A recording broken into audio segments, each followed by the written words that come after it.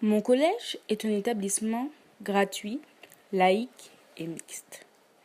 Il a été bâti en 1967 dans le quartier Ankama à Rivière-Pilote.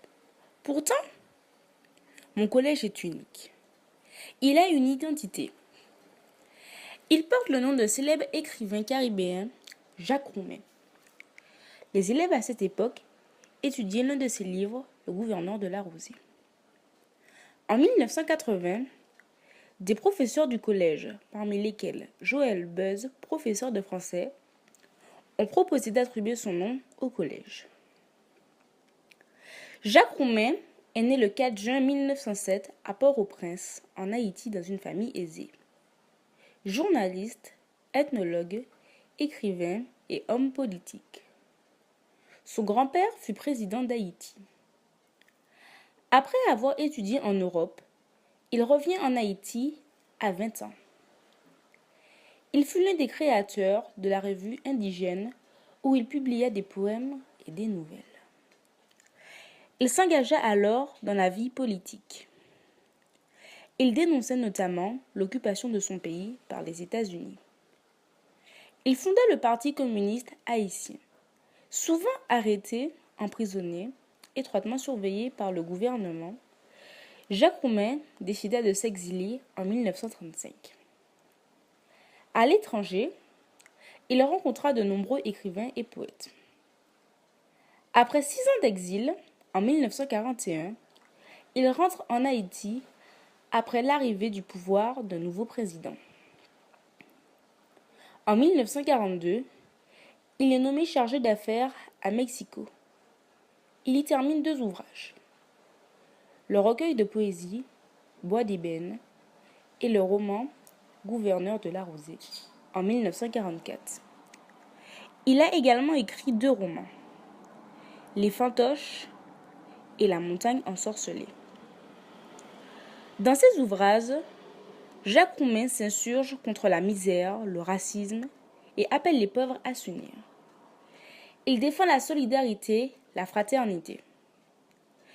Jacques Roumain meurt le 18 août 1944 à l'âge de 37 ans, à la suite d'une maladie. Jacques Roumain a défendu des valeurs que nous partageons dans notre collège, la liberté, l'égalité et la fraternité. Il refusait comme nous le racisme, la discrimination et la misère.